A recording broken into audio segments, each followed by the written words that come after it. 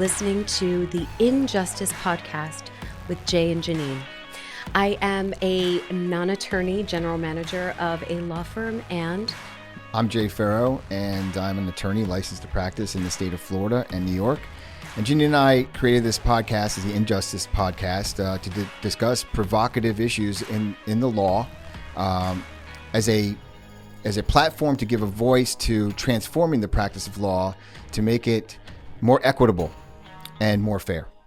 And so we thought that this podcast could be for any lawyers, aspiring lawyers, or anybody just interested in the legal system and to see what they could do about the dysfunction in the legal system. Right. So like any other system that we have in place, created by human beings, in service of human beings, over time it can get dysfunctional because that's sort of the context in which a lot of our institutions are run. They are run with the dysfunction that we are as well.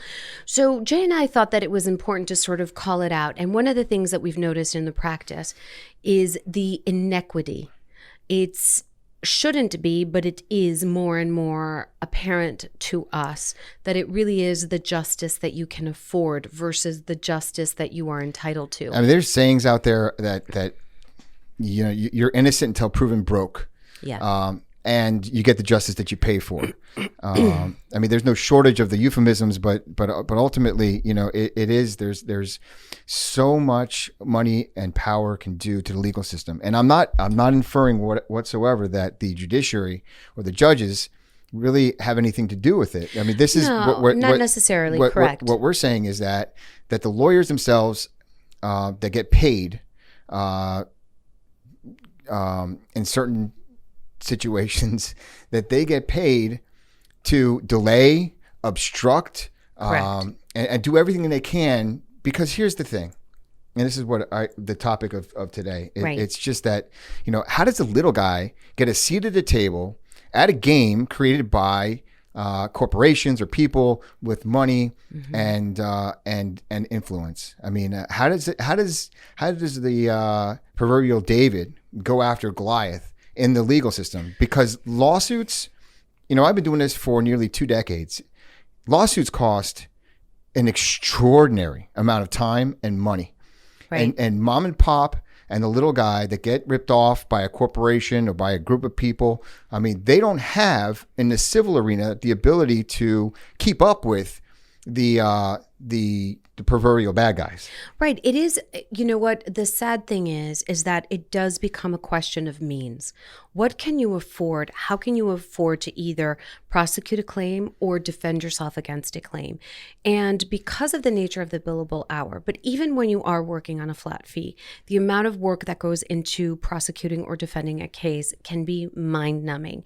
And it really adds up, and it adds up really rather quickly. Even if you think not that much is going on, there are so many different nuances in the law that are going on all the time, and to get cases pushed along that can be really challenging. But we've said in the first podcast, I'm not an attorney, and however, I am in this business now for many years.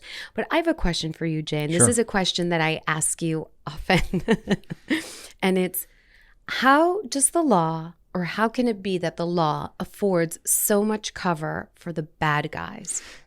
This is something that boggles my mind. Of all things, it's the procedure of the law. Okay, so speak into that. So every lawsuit, whether you're suing your neighbor for, you know, spraying some water over your fence, or if you've gotten commissions stolen from you from a large corporation that you had worked for, every lawsuit, no matter how much money is at stake, has the same essential components. That's the filing of a lawsuit. Right. Then there's going to be the other side, the defendant's ability to file an answer and affirmative defenses and potentially a counterclaim. Or a motion for summary judgment, right, to get it kicked out, or a motion to dismiss. Motion to dismiss. So there's multiple components. Like at each stage of the proceeding, each side has the ability to make certain maneuvers. Yes, there's a motion, something called a motion to dismiss, and then there's this idea of exchange of information, that The no discovery party phase. should be entitled to surprise the other party at trial. So you're entitled to basically everything the other side has, save for some privileges. And you get into this, information exchange. And it's in this information exchange that the abuses really occur. Because if you're suing the proverbial bad guy, they're not going to want to turn over their information. So what are some of the maneuvers and cover under the law that you see that are used a lot by the proverbial bad guys? So let's say that to delay, for example. So let's say that we have a lawsuit going and there's issues related to fraud, misrepresentation, and the like. And let's say that our firm sends out a request for production of documents. Let's say there's 50 requests. Nowadays, I'm getting 50 objections to all of my requests. Right. And then, and the objections are irrelevant or overbroad or that it doesn't matter. So imagine this. You have these 50 requests and they file objections. Well, we're required to get with the other side to meet and confer, to go over like what's going on with the objections before we can even bring it to a judge, or at least we should do that. Correct. And you can imagine that not too much gets resolved, although some lawyers are different during these meet and confers. But here's the thing. If you have that many objections to discovery, it's going to take 2 hours to resolve this before a judge. And unfortunately, it takes a long time to get that kind of hearing time before most judges. Right. So I'm hearing you say that there are a couple of things. First, there is the actual procedure of doing the objections, whether they're founded or not founded. Usually they're unfounded, but they can do it. So that's the point, right? They can object. And then you have to go through the rest of the procedure, which is actually getting a hearing before the judge so that the judge can rule on whether these objections are valid or not. Is that what you're saying? Right. Yeah. Okay. And so let's back up for a second. So you file a lawsuit. The other side has 20 days to answer. Then let's say the other side files a motion to dismiss. And I'm talking about state court right now. You may find a hearing date on that motion to dismiss, maybe in a couple of months. Maybe 3 from when you actually started this the lawsuit. Now you're sending out discovery. They have 35 days to respond. I see time and again like motions for extension of time, and I'm guilty of it too, because there's just so much going on in all of our lives. But the clock is ticking, and every moment, every day that goes by, the clock is ticking. The game is geared towards the person that has the amount of money to fund the lawsuit. Now I'm talking about traditional, tried and true, quote unquote, litigation. So it's a matter of waiting the other side out, because once you file a lawsuit, the initial shock of that is over with, and then most people that get sued a bit know how that, hey, this is just another lawsuit. We're going to stack it into our closet, and we'll hand it over to our attorney and just say, hey, we'll see and deal with this in a few years. And we're going to have the other side spend so much money on these objections and motions and right. Okay. The thing is that when a lawyer or defense lawyer on a case involving, let's say, fraud, and we do a lot of civil racketeering, they don't have a lot of incentive to tell their client anything but, you're going to win, screw these guys. How dare the little guy speak up, stand up, or have a voice. Right. And so we're going to show them, because if you don't show this little guy, every single other little guy is going to come after you. There's a cost benefit to the person, the big guy kind of, or the bad guy. Right. Because it could be a corporation, it could be a person. You make a really good point to sort of send a message, which is, even if we're wrong, we will punish you for coming after us, right? Because we will make it financially devastating for you to have done so. And I've seen this a lot lately. Not only do they several cases do like this that. Obstructionist things, but they file counterclaims. They even file independent lawsuits against lawyers and the little guy that's actually trying to stick up for their rights. And there's other things, and we'll get into another podcast about that there's this epidemic out there of lawyers in a defensive posture sending out what's called motions for sanctions. But the procedure itself lends itself to be an expensive, arduous process. Lengthy. And process. after looking Correct. at this, for the time that I've been practicing law, I think to myself, how could this be better? In other words, and I'm not talking about for my clients, I'm talking about for everybody, because you know what? Right. What people don't talk about is the emotional toll lawsuits take. Oh, yes. We touched on that the last time, and it is, and I mentioned in the last podcast as well, part of what I do at the firm is have the client interaction, speaking to them very often about their case or even how they're doing relative to their case, even if not that much is going on in any particular time. And it is a very emotionally turbulent time for a person who is going through litigation, regardless of what side you're on, because of course it's usually a business dispute, but it's all very sort of emotionally charged. And the concern of expense and the concern of the length of time and all of these concerns are extremely valid, because any lawyer worth their salt, but any lawyer period, cannot guarantee a result. So, but the advantage, even on the emotional side, is with the company or the people that have the money to fund the lawsuits that can insulate themselves from, let's say, turning over documents and the like. And it requires a lot of work to get something to trial. It requires a lot of work to prosecute the case, to think about it, to strategize, to play chess. And the justice system works at the end of the day if you can get to the end of the day. Right. And our thought was, hey, there's ways to innovate the law. Okay, there's ways to make it less expensive for the little guy to try their case, especially in the arena of discovery. And so one of the things that we have innovated is leveraging social media to get information. We issue notice to witnesses videos and also notice to witness press releases relative to our cases, seeking anybody with information to come speak with us. Now, you could do the same thing by going out and hiring a private investigator who's going to hide in somebody's bushes. That and maybe that works in some iterations, but that is extremely expensive. And if you can get the information, and when I say information, I'm talking about the facts that will make a material difference to winning the case outside of the traditional discovery in the court. You have the investigation portion outside of court. And again, you could do this with a private investigator. You could do this with a social media private investigator, where people just go onto social media and they look at someone's like Facebook. Right. So there's ways to get that information, to find out, what your people are actually up to. Because if you're, chasing money and you've lost it, you want to know where they spent it, where they're going, what they're doing, how they're living. Right. And you know what? There's so much information online. And one of the other things that we use is how much public information there is out there between government agencies and corporate filings.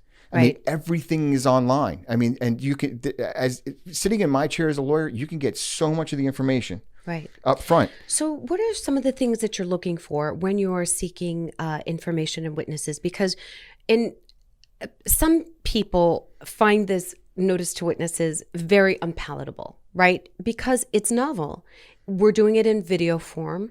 It's not really ever really been done before. It's new to the judiciary. It's new to opposing counsel. So what kind of information are you looking for? It's not actually that new.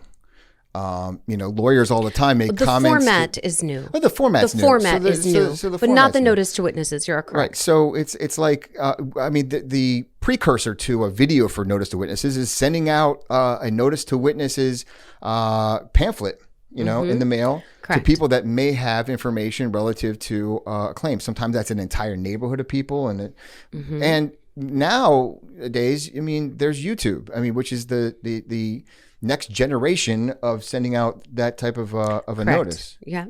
So there's the idea that just because it hasn't been done, it shouldn't be done. Right. And there is a the tried and true litigation is to, suck it up and take it. This is the way things always been. And it's like, it's the big guy with the resources to object to everything and to prosecute their case like this. And even though it's public, right? Because once it's filed, it is a public document. But you'd have to go search for it. You'd have to know not necessarily even know what you were looking for, but you'd have to go online. You'd have to search it up, right? With the notice to witness videos, it's much more in your face, right? Also, you have to search it up. It's not just everywhere. But so people have been commenting.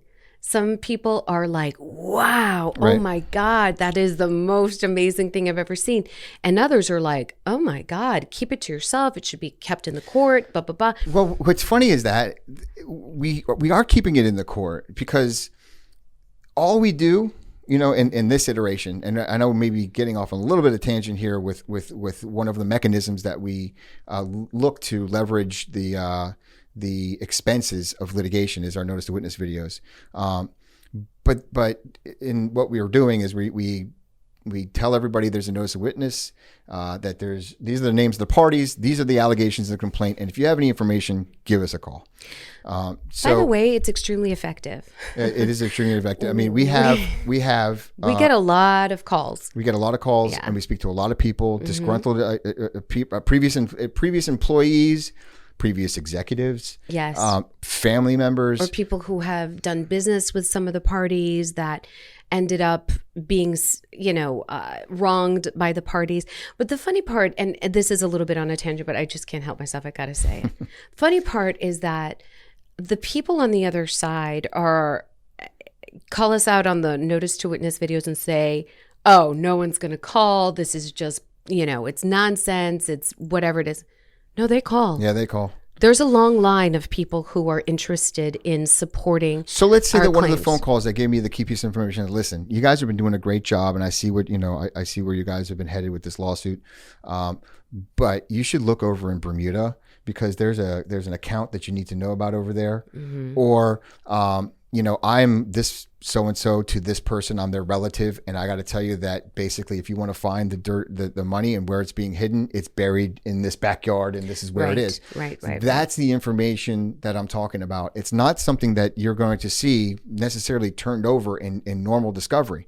The legal process is an organic, breathing process. It's people who have disputes, and then there are going to be witnesses that testify to the disputes, and eventually this thing goes to trial, and it's the people that decide, the jury that decides, correct, what's going on. What I'm thinking though is, what if all of the lawyers, like on our side where we're preparing a lawsuit, and then we send it over to somebody else before we file and say, look, this is our package. This is what this is going to look like. You should take a look at, with your clients and then review it. And then let's go to a productive, let's say pre-suit mediation to resolve it. Because that way, you can get in and out on with life without the fuss and muss of litigation, because both sides lose in litigation. And this is what I think that the defense attorneys that are defending a fraud case or the like are not sharing necessarily with their clients. And that is, look, once you file a lawsuit, it's a public lawsuit.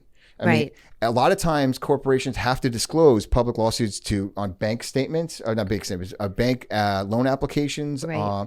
Some companies. To investors, they have to disclose it to their insurance companies, their insurance carrier, et cetera. And how would it be that the conversation would be had with the clients, like, look, you're just about to be sued, all right? And instead of saying, you know what, you may be right at the end of the day, but you do have some exposure here. And what would it be, for a lawyer to say this to their client up front? I'm not going to charge you for the billable hour. Like, I'm going to charge value for my time as opposed to actually keeping my time. And to be honest enough in saying, look, you have some exposure. Why don't you, look at this and then make an offer? Because let me tell you, this is crazy. It makes sense to steal, evidently. On math, we have math discovered wise, that. if you're looking at a 2 + 2 = 4 kind of calculation, let's say that a company stole commissions from somebody, it's like $1 million.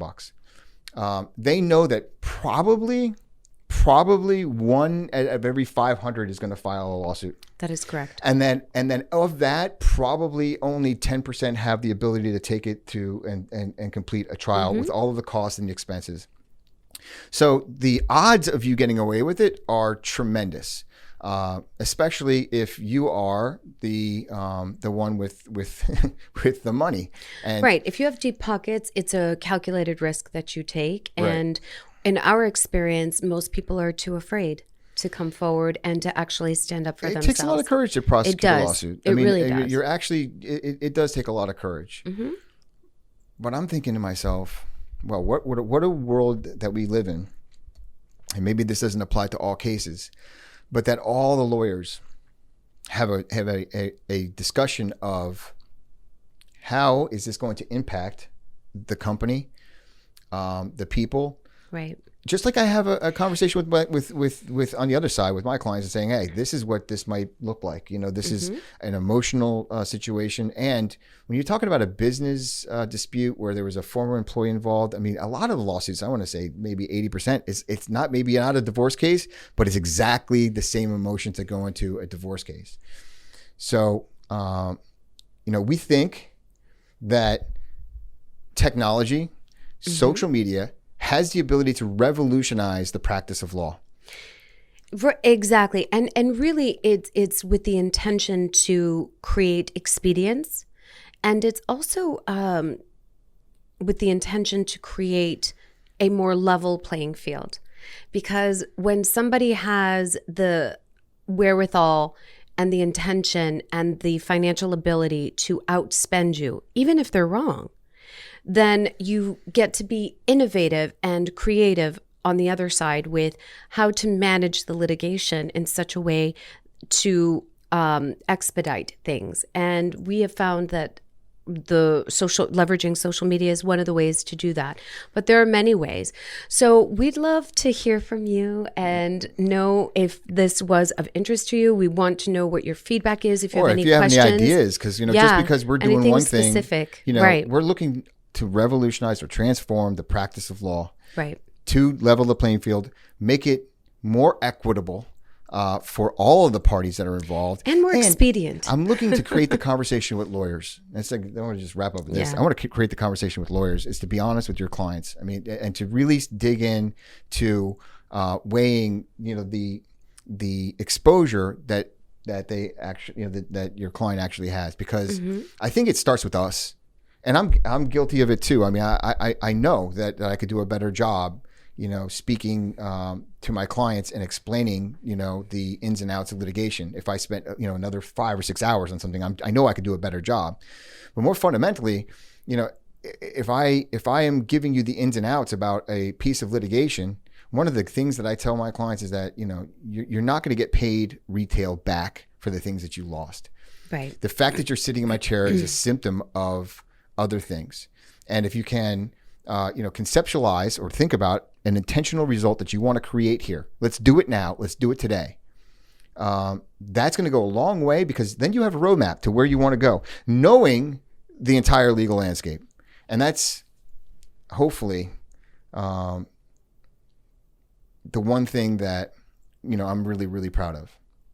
So again, thanks for joining us. Interact with us. Let us know what you want to hear, what topics you'd be interested in learning more about.